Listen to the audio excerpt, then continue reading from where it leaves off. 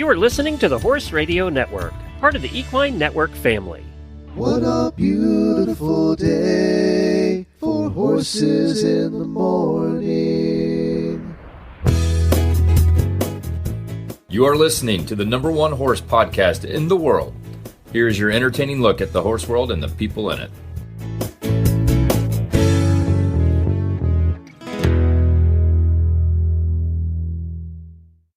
I am Glenn the Geek from Ocala, Florida.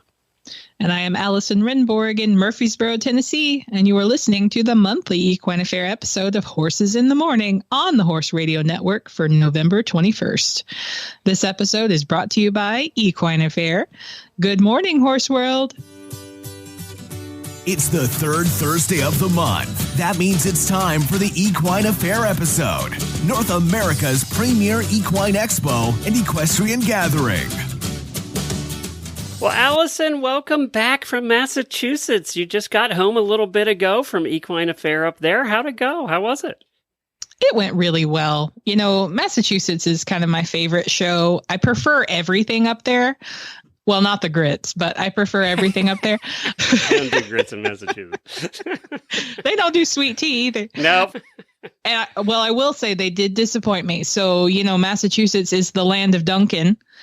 They've got two of them in the airport in Connecticut. Every corner has a Dunkin'. Yeah. Every corner. And in past years, the Eastern States Exposition has always had Dunkins all over the grounds, including in the main building.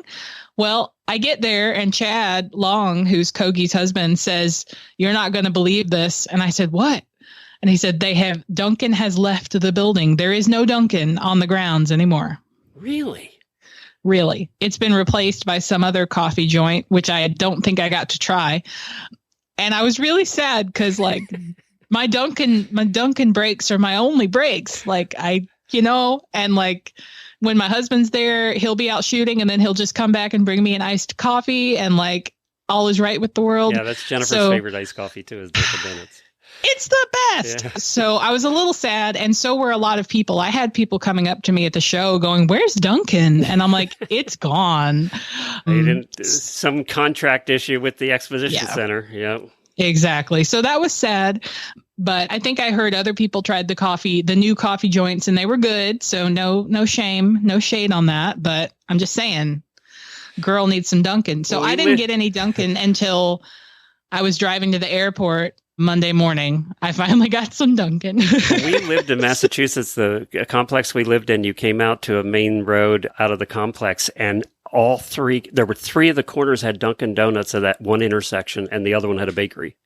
Oh, that's heaven right there. So no matter what direction you were driving from, there was a Dunkin' you could get to. Yeah. Well, so crowds were good and all good shopping? Yes.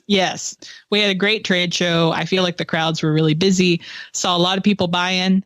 Saw a lot of booths kind of dwindling on inventory on Sunday afternoon, which is what you want to see. Yeah. You don't want to take it home. That's for sure. No, we do not want to. So. Yeah, it went great. I did a little shopping for my little girl. I saw were there wandering around. Yes. Yeah. Yes. I didn't get to see any of them, but hopefully they were having a good time. Well, no, I take it back. I did see one. She was competing in the Breed Bonanza. So shout out to Colleen Nolan for riding in the Breed Bonanza. Way to go, girl. Yeah. Colleen, what was she riding? What breed? She was riding a standard bred. That's right. Yeah, she is a standardbred. Yes. Very cool. Yes. So the Breed Bonanza went well? It did. You know, it was really fun. It was our first time, so you never know how that's going to go. But we had, I want to say, 8 or 9 youth, and they went first. And then we had 18 competitors in the adult class. So we split the adults into 2 classes and then brought back the top riders from each class to pick the winners. And we had a good variety of breeds. We had a Fjord, we had an Icelandic, and that was fun. Oh, yeah. A Frisian, I think 4 different standard breds, including Colleen's, and some cute little ranchy ponies, and I think a couple of grade horses. So it was really cute. Very good. Yay. Yeah. I'm glad that Yeah. went well. I saw the video. It went viral, of course, of the Percherons and the Minis. Yes. The 6-in-hand Percherons and 6-in-hand Minis driving beside each other. That is so cute. It's just so darn cute. Kelly did that because she was Kelly Redinger, who drives the Percherons with her husband. They've been on the show before. She told me she was going to do that video because mine went viral back in May. And so she did it from the coach seat, which of course is the best angle. And she was so excited. She messaged me on Saturday and she said, I know it's Saturday, but you just have to know that it went over 1 million views already. So I've seen it posted all over the place. And those minis, when you're sitting on the wagon for the Percherons looking down at the minis, they look so tiny. They're so tiny. So you're going to be so jealous. Before Fantasia on Saturday, Ryan and I were in the barn because Ryan got to ride in the big wagon, but I'll tell you more about that in a sec. So I got to go cuddle the minis. So I have some cute little selfies with the minis, and they were just all lined up in their adorable harness with their little bows on. And they're so sweet and friendly. Like, those are nice minis. And I can't remember if John told us this in his interview, but he uses them to pick produce on his farm. Like, I think he has them pull a wagon on his farm. What's he doing? What exactly does he do with them? He picks produce, and I guess he puts it in the wagon, and they're also part of like a little petting zoo he does. And cool. They have a whole little family farm business, but he uses the minis just like a tractor. He just says, it's easier to turn a key on a tractor, which isn't that harness up a bunch of minis. Isn't that the death of the agricultural age right there? But yeah, he loves those horses. It's the cutest thing to see this he's a big man. He's tall. To see this big man with his little minis, but he loves them. It's so heartwarming. And I did get to see that your horse husband got to go on the Percheron's cart. Yes. Wagon. What happened there? So on Friday, our photographer, Josh, told me that he was going to get to ride in the wagon during Fantasia to take pictures. And I said, you know what? I'm texting Kelly to see if I can put Ryan in the wagon to do video on Saturday. So I didn't even tell Ryan. I just texted Kelly and I said, hey, can Ryan ride in the wagon on Saturday? And she was like, sure. And then I saw Kelly later, and she was standing next to her husband, Sam, and she said, actually, I haven't asked Sam yet, but I'm sure he'll say yes. So no pressure on Sam. So she turns to Sam and goes, hey, so can Ryan ride in the wagon? And Sam goes, sure, just tell him it's at his own risk. Did he like it? So, well, yes, he loved it. So I told Ryan after I got all of that, I said, by the way, you're in the wagon on Saturday. And he went, oh, cool. It is cool. So it's an experience. He was up for it. He had fun. He had a great time. It was both Josh and he told me that you really have to hold on tight. And then Josh was a little worried about his camera because, cameras, they're not cheap. And so Ryan had his on a monopod, and I didn't see him drop it. I was watching the whole time. I was like, please don't drop our camera. Please don't drop our camera. But no cameras were harmed. 6 up? 6. You don't realize how much power I have been on a beer wagon with 6 Percherons, and you just don't understand the power until you sit in the cart or in the wagon. It just is a whole different experience. I get goosebumps just thinking about it. It's amazing. And the footage was amazing. As soon as Ryan jumped off the wagon, he's like, look at this. And he's showing it on a cam. It was the best. Good for him. I'm glad he got to do that.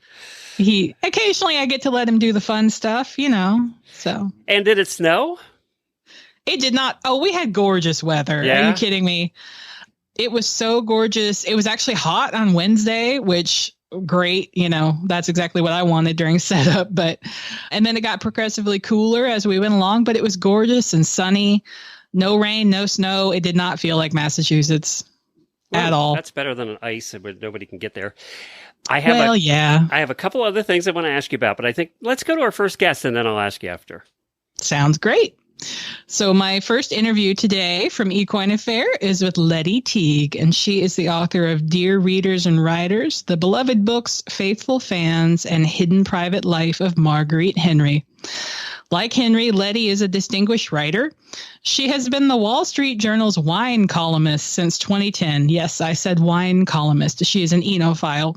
She's written at least 2 books on wine, but her most recent writing adventure carried her into this foray into Marguerite Henry's life. So check out this interview with Lettie to find out more about her book and about a secret connection between Marguerite Henry and Equine Affaire. So I'm here at Equine Affaire with Lettie Teague, and she's the author of Dear Readers and Riders, the beloved books, faithful fans, and hidden private life of everyone's favorite horse author, Marguerite Henry. So welcome, Lettie. Thank you. And I know it's a long subtitle, so you handled that beautifully. Well, thank you. As I'm reading it, because she's holding a copy of her book with her. So, Lettie, tell us a little bit about why Marguerite Henry? Why did you write about her? Well, I mean, I was a huge Marguerite fan, a Marguerite Henry fan as a kid. Yeah. Read her books, collected the model horses, of course, Mr. Teague, being based on her book, and still the #1 best-selling horse and rider. But it was really because I was visiting a friend. This is 4.5 years ago, and her daughter had just started learning to ride. Samantha was then 8 years old, and she was reading Misty of Chincoteague, and I was like, "How is that possible? I read that book as a kid. Right. That book was published in 1947. How is it that Sam is reading in January 2020?" Right. So I went on a bit of a search, which is to say Googled, because I thought, whatever happened to Marguerite Henry? Maybe there was a biography out there. And there wasn't a biography out there. So I thought, I don't know. I've written wine books. I write about wine on a weekly basis. What if I wrote her biography? And my agent, very sensible woman, said, well, if you're going to do that, you need to do some research and to write the proposal. Yes. So thus begat and this is, mind you, in February 2020, so right before the whole world changed. Yes. I went off to Minnesota, which is University of Minnesota, Minneapolis. The Curlin collection actually has a phenomenal collection of children's literature. Most importantly, though, it has all of Marguerite Henry's papers, her letter, her correspondence, her research, her rough drafts of books that didn't happen. And then I also went to Wayne, Illinois, that same trip in February, which is to say there was a lot of snow involved, yes, to meet this gentleman, Art Richardson, now in his middle 80s, who was the first one to actually ride Misty of Chincoteague, because Marguerite had Misty at her house for 10 years, and Art lived down the road, and he was this good riding kid. He was 7 years old. So, and that was enough so I wrote about a 30-page proposal for the book. And the editor, who was then interested, COVID hit, that's it, shelved it, because nobody was interested in a book like that at the time. But then fast forward 2 years, and I read this marvelous book by a gentleman named Chad Oldfather called Man Walks Into a Barn. And I'd been following his blog on Chronicle of the Horse. It was about being a horse dad and raising 3 horse-crazy girls. And it was such a wonderful book, because it wasn't just about horses and girls, but it was about a father raising his daughters. And it was beautiful life lessons. He's actually a law professor at Marquette. He was such a wonderful writer. I'm getting chills talking about it. I was just like, so I wrote the first and only book review I've ever written for the Wall Street Journal, because I'm full-time an employee of the Journal, even as a wine columnist. And that's how I met Martha and Rebecca Didier, my editor at Trafalgar. And they said, I had this proposal of Marguerite Henry, and they're like, we're huge Marguerite Henry fans. Can we see it? And I said, I kind of put it in a drawer. And they read it.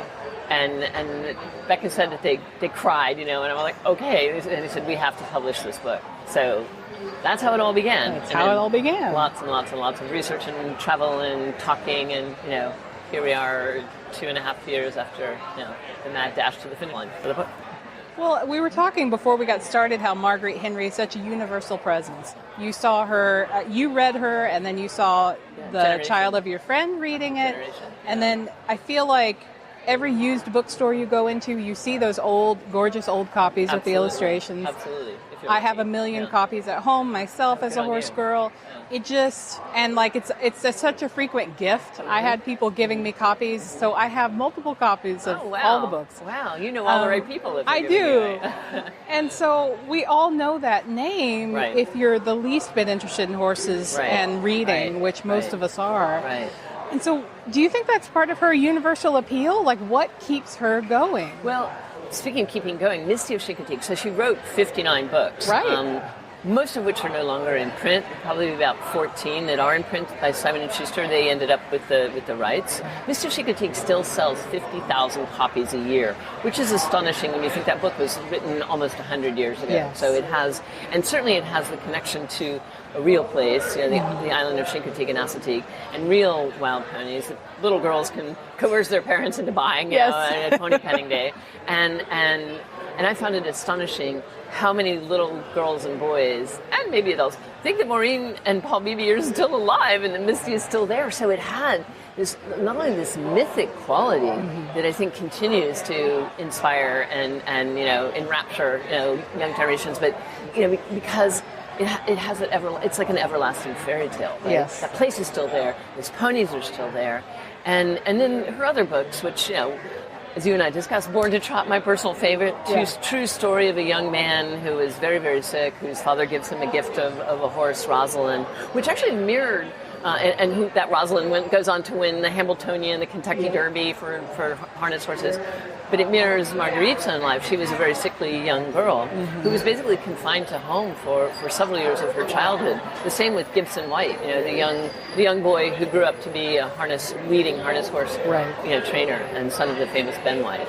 Sorry, no, that was probably a very long answer to your question. Amazing. You're the dictionary of Marguerite Henry. So, did you learn anything about Marguerite that really surprised you or shocked you, or that you think people would be like, wow, I had no idea? I think how diligent she was in research. I mean, I think she cultivated a relationship with every librarian in America and many of them in Europe. She wrote letters, she made phone calls. I mean, if you look at the backs of her books, if you ever look in the back of Misty of Chincoteague or King of the Wind or Born to Trot, there's an extensive bibliography of books consulted, people to whom she gave credit. I mean, she really, and as a journalist, the fact that she was doing, even though she was writing children's books, she was making sure they were accurate. She was talking to these librarians, she was talking to horsemen, she was talking to historians, she was talking to, everyone that could tell her, yes, in fact, the sun was shining when President Monroe came to visit Vermont in 18, whatever it was that he came. That was astonishing to me. And as one who, as a journalist, I am constrained to get absolutely accurate facts, to be very, very accurate about the facts. So that was amazing and incredibly admirable to me about her. I feel like, people underestimate how much we have to do as writers. They see you with the finished book and they think, oh, you wrote a book. Right. And so you spent hours by yourself at home. This is a really important point. I'm so glad you said that, because you have this, this is why this touring around these past 6 months talking about the book has been so immensely gratifying, because you spend so much time by yourself thinking, is this going to turn out? Is this going to be a book? Are people going to like this book? So there's a lot of, loneliness and self-doubt.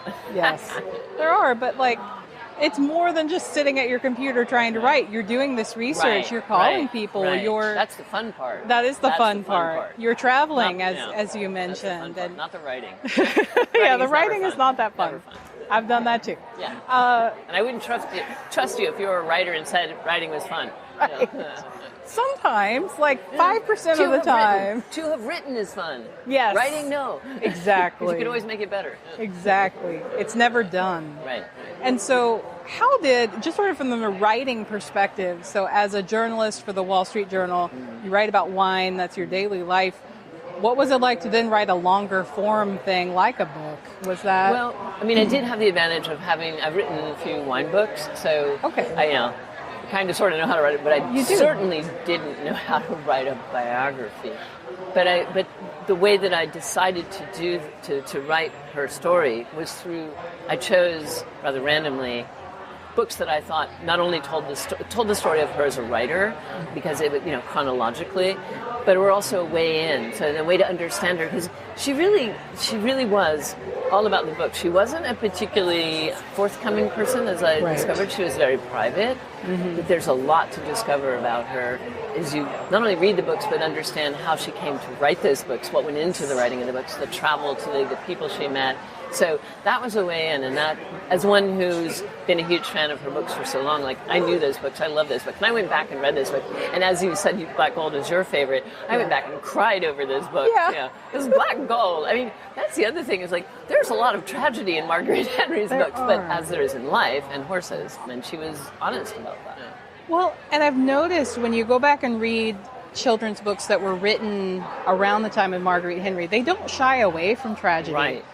And I think as a child, I didn't really grasp fully the tragedy in those books. Right. It kind of goes past you if you're a happy, beloved child who hasn't experienced very much.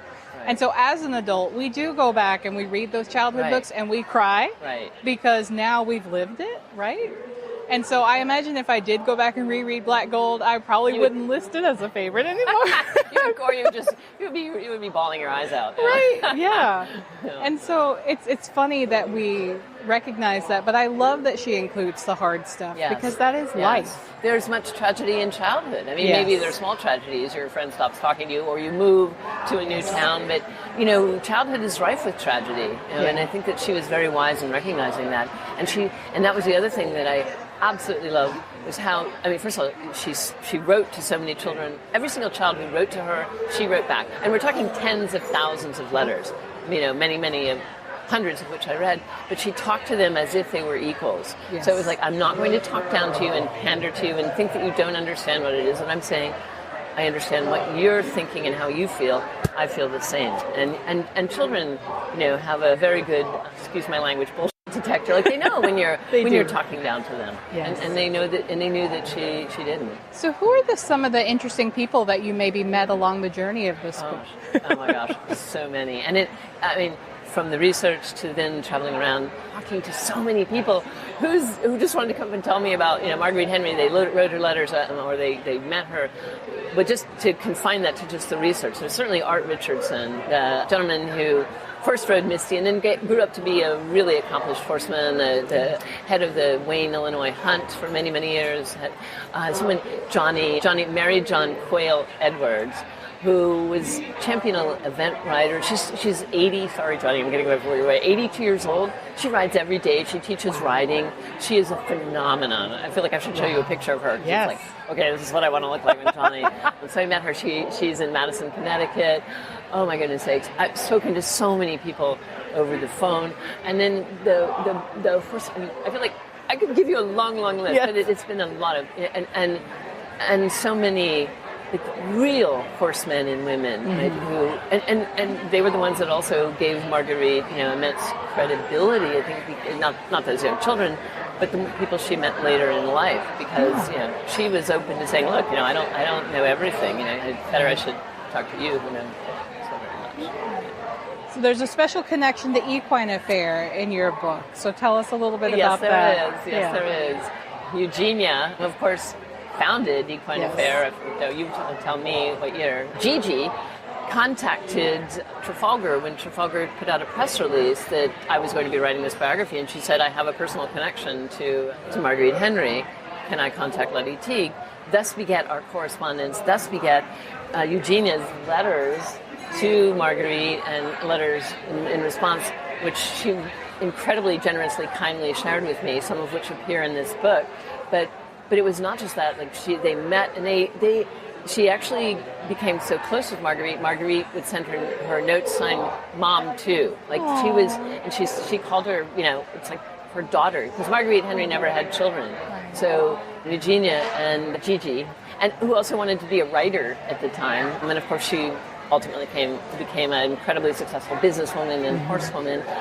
But so that was, what a gift that was. That because Eugenia was like that deep personal connection. So. Kind of like a treasure trove, and you just kept opening.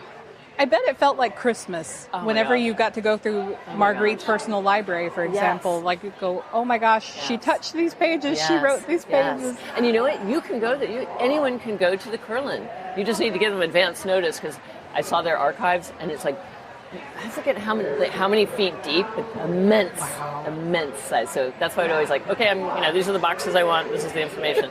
But no, anyone can go there. So anyone could go and look at her papers and her letters. I love that. Pretty magical. So how can people buy your book? How can they learn more about you and this book? Well, Trafalgar Square Press has a booth here at Equine Affaire, and whatever tack shops have the book, small bookstores have the book. And that other big company whose name should be nameless also has the book. But small bookstores and tack shops for sure, and Trafalgar directly. So. All right. Well, thank you so much, Lettie. This has been a total pleasure. Thank you. I loved it. Pleasure for me as well.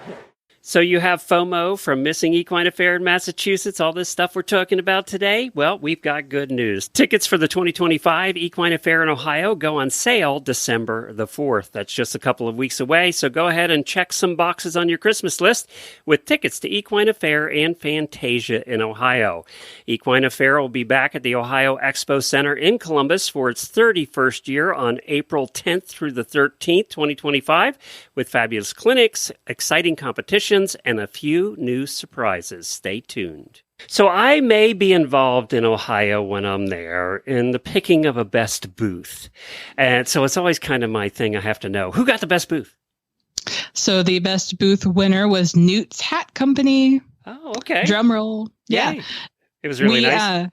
It was really nice. They always do a great job. This year they had branched out and gotten a bigger space, and they also had all kinds of great neon signs, which I love. We kind of have I have a thing about neon, so maybe you need a neon sign for the Horse Radio Network booth. But yeah, they did a great job, and they beat out a lot of great booths. Hannah and I went through the trade show and everything on Thursday morning, and it was really hard to narrow it down, but we got it down to 5, and then everybody voted, and Newt's was the clear winner. So we're very excited for them. It is hard to pick them because there's so many good booths. So many, and people work so hard, and there's all kinds of cool creative things. There's a booth that every year they do a different theme for like what everyone wears, which I thought was pretty cute. And so this year, I know they had a Harry Potter day. So everybody was dressed in the robes from their favorite house, which was pretty fun. But yeah, so Newt's Hat Company. So I think, Glenn, I think you should be in the running next Ohio. Why don't you bump it up a little, get some neon and wear a sparkly hat? I don't know. I am just there to hang out with listeners. That's why I go hang out with listeners and have some fun recording. Speaking of which, one of our auditors, I think, won the award for spending the most money. Oh, who? She bought a horse trailer. So she has to be up there in the top 10 at least. Oh, yeah. Wow. Good for her. Are there more horse trailers set up to sell up there than there are in Ohio? I think there must have been. Yeah. I feel like we had more horse trailers in Mass this year than we usually do in Ohio. Yeah. Yeah, well, she got one, and it was pretty. Oh, well, I need to see it. Did she put it in the auditors group? Yep, I need to see it. Yep, she did, okay. And so she was very happy. She got a new horse trailer. That's a purchase. That's one that even your husband might find out about. That would be on the credit card for sure. Yeah. That one's kind of hard to hide, especially at home. Like, what are you going to do? Those doomsday preppers, they sell tarps that you can put over your house that make it look like a derelict. Yes. So here's what this is a great business idea. Sell derelict tarps for horse trailers. So they don't get stolen? Horse shows? Well, that, and also so your husband just sees it and goes, oh, she just bought a junker off Marketplace. Okay, that's fine. So there is a brand new Class A, one of those big motorhomes that is in Florida, and it gets its picture taken all the time because it had a complete wrap. I mean, the thing must be 40 feet long, and it's brand new. It's probably a $500,000 motorhome, but they had it completely wrapped to make it look like it was about a 1960s rust bucket. And it is convincing. I mean, you look at it and go, that thing's going to fall apart. And it takes you a while to realize it's a wrap. So I think that was their anti-theft way of doing, because when you look at it, you go, wow, that thing still runs and it's brand new. So, that's, I'm going to start telling people that it's a wrap on my car. There you go. Yeah, it's just a wrap. It's actually a Tesla. Yeah. It's an anti-theft device. Yeah, it's actually a Tesla, but it's disguised as a 2006, Corolla. Yeah, that's all. Your next guest, I want to hear your next guest so bad because I have heard of her. So tell us about it. Oh, yeah. So I was so excited to meet Lauren Reischer. I knew she was coming because she was one of our presenters, and I had put her on my must interview list way at the beginning of the year. I got to interview Lauren and her gorgeous horse, Blue, outside the barns at Equine Affaire. So the audio is actually really good on this. She was born with cerebral palsy. And after enduring reconstructive hip surgery at the age of 3, she started therapeutic riding with Gallop NYC. That was actually her doctor's prescription, which I wish we all had that, right? Go ride horses. And so what began as therapy to help her learn to move her legs actually became a passion that has launched her into a competitive career in hunters and equitation. And so in our interview, we talk about a lot of great things, everything from therapeutic horsemanship and riding programs, and to how to make sports more inclusive and equitable for riders with disabilities. So Lauren is super cool, and I know you'll just love to hear from her and Blue.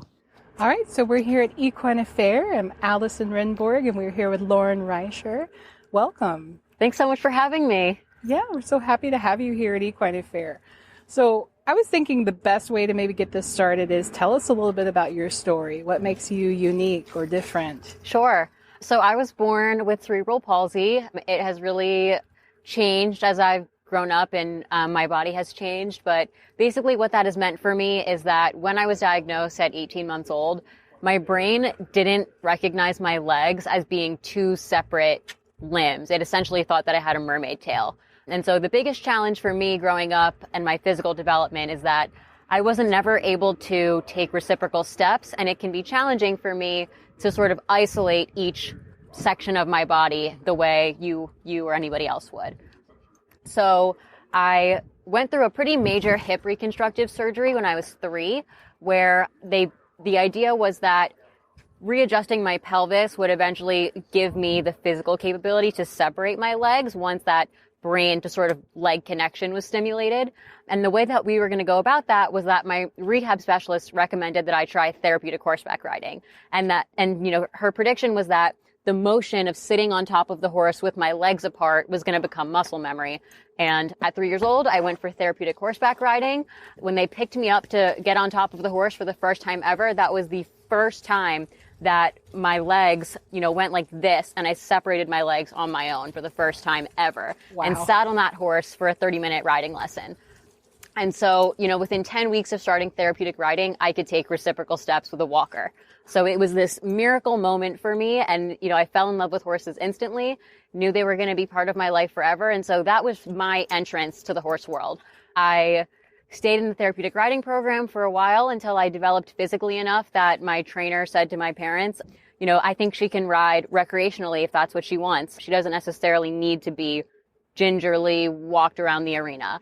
And so I started riding at a hunter jumper barn on Long Island, and it's only been forward since there.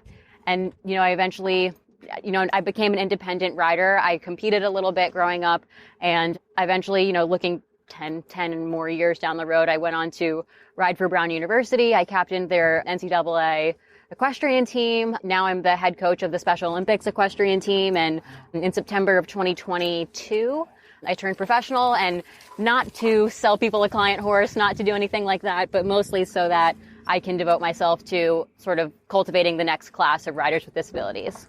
I love such an amazing full circle story to start with therapeutic riding, to start where your legs were really not responding. And now you ride, you compete, you're a professional, and you go over fences, which is one of the scariest things you can do. Sure is. And so introduce us to your horse. Obviously, our listeners won't be able to see your horse, but tell us a little bit about Blue. Yes. So this is Blue. His show name is Benignity. It's all about, friendship and, like I said, benignity. So he is a 16-year-old Dutch warm-blood gelding. I've had him for about 6 years now, coming up on 7. And he had a really long career in the conformation hunters. And he was looking for, his owner at the time when I got him was going through some life changes, and basically said, if you can take the horse by the end of the week, he's yours. And so that's how I got him. And he has just been such an amazing partner and such a good friend to me. It took us a while to get him to a point in his life where it wasn't that every single time he came out of the stall, he thought he was going to a show. And so he very quickly sort of figured out that as long as he can stand quietly at the mounting block and be a good boy in the barn, he's got a very easy job with me. And so he's just been so lovely. He has been an amazing teacher. He's so patient with me. And so, I just jump him over little tiny speed bumps, which is what I'm comfortable with. And he's my best friend. We have just such an amazing relationship. And so it's such a blessing to be able to bring him to Equine Affaire. Absolutely. And we're delighted he's here and with you. And so you're here at Equine Affaire. You're going to be giving some talks, right? What are you hoping to talk about? Sure. So in my talks, I'm really hoping to talk about my dream, which is to create this pipeline from the therapeutic riding program into a show program.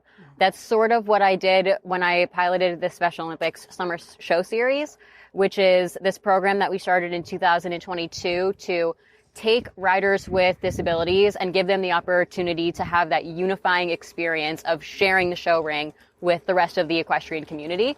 And so we started with that program, and it was able to cater to a smaller number of riders, but my hope is that it will become this larger scale grassroots program where riders in therapeutic riding programs all over the country, not just like, for example, in New York, which is where I'm based, that they'll have the opportunity to have programming at their local shows that matches the rising ability levels of the riders in those areas. And so that's really my hope. So I'm going to talk about not only why, the elements of therapeutic riding that make it therapeutic, right? A lot of people who might be listening might not, it's not a natural sort of, it's not intuitive to think that if you have a disability, you should be around horses, right. An animal 10 times your size, but it really is therapeutic. So I'm going to talk about why it's so therapeutic and, even when it stops formally being therapeutic for you, how you can take your passion and excel in the sport if that's what you so choose. Absolutely. So that's going to be mostly my focus. And then I'm also really excited to talk about my partnership with Back on Track. They're here. They have an amazing booth. And, Back on Track's mission is to provide therapeutic products for the horse and rider. And so the other thing that I think is going to really tie in nicely is the fact that there sort of stands to be this misconception that the perfect horse for a therapy program is old, maybe has some disabilities of its own, and that's why it's there because it can't really serve any other purpose. And that's completely not the case. They're very special animals in therapy programs and they need special care. It's not an easy job by any means to take care of a rider that might not be necessarily quiet in the tack or might have some other challenges. And so my partnership with Back on Track has meant so much to me because not only is it such a relief to be able to outfit all of these incredible horses with products that, help keep them sound so that they can perform, as happily as they can for their riders, but also, it just shows that Back on Track is a company that is invested in the success of every rider in the sport, not just those at the top. Exactly. And so it's really, really been an amazing partnership. And so I'm so excited to be here with them and talk more about the products that I specifically use and I find, best serve my purpose.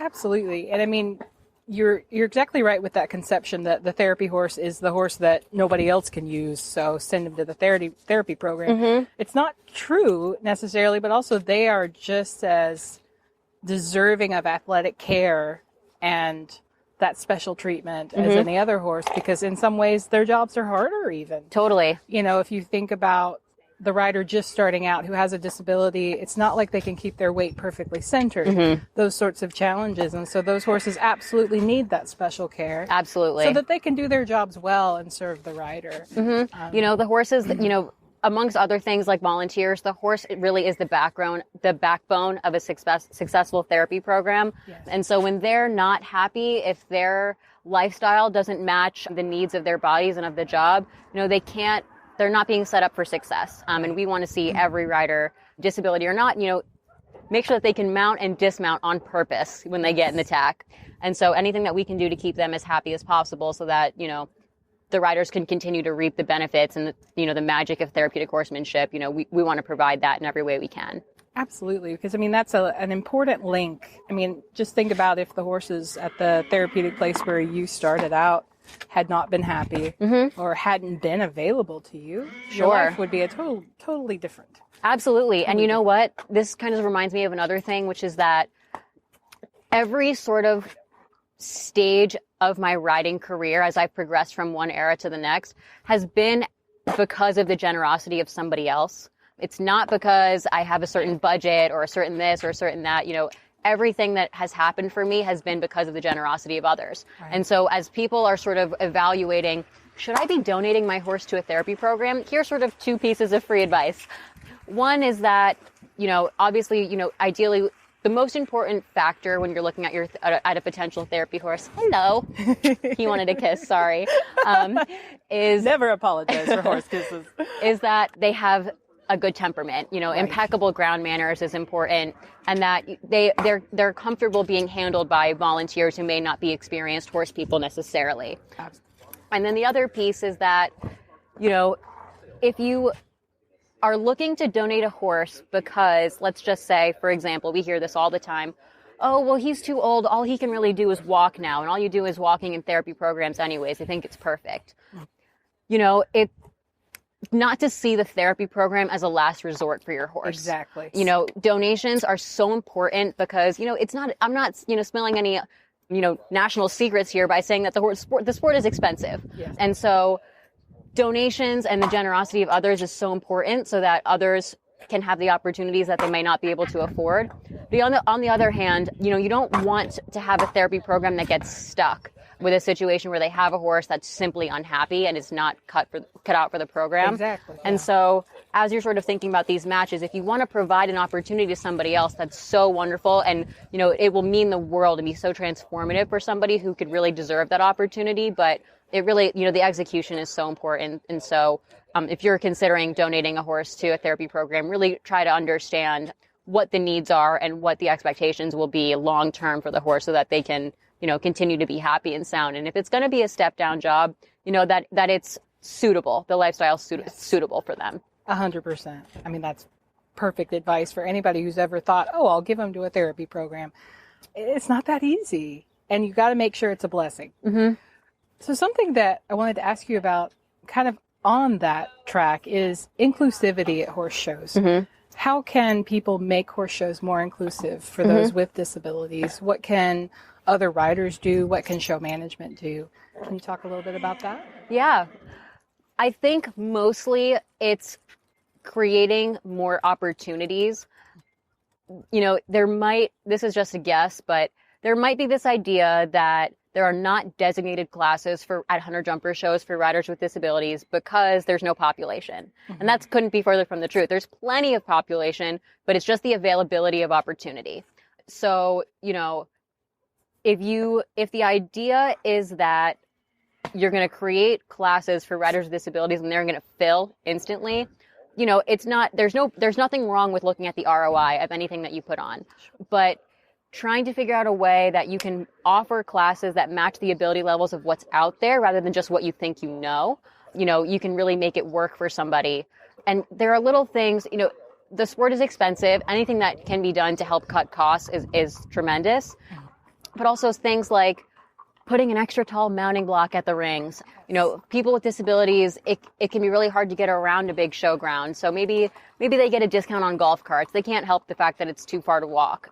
That's definitely been a big one for me. There have been times where I've gone to horse shows where I've brought an extra horse simply because I wasn't sure about the availability of golf carts and I knew that I was going to need to get around somehow. So I went back to the old-fashioned way and I brought an extra horse just for transportation. I love it. So, things like that, and really just trying to understand, working with the stewards so that anybody who's judging these classes is capable of judging the riders based upon what they can do rather than what they can't do.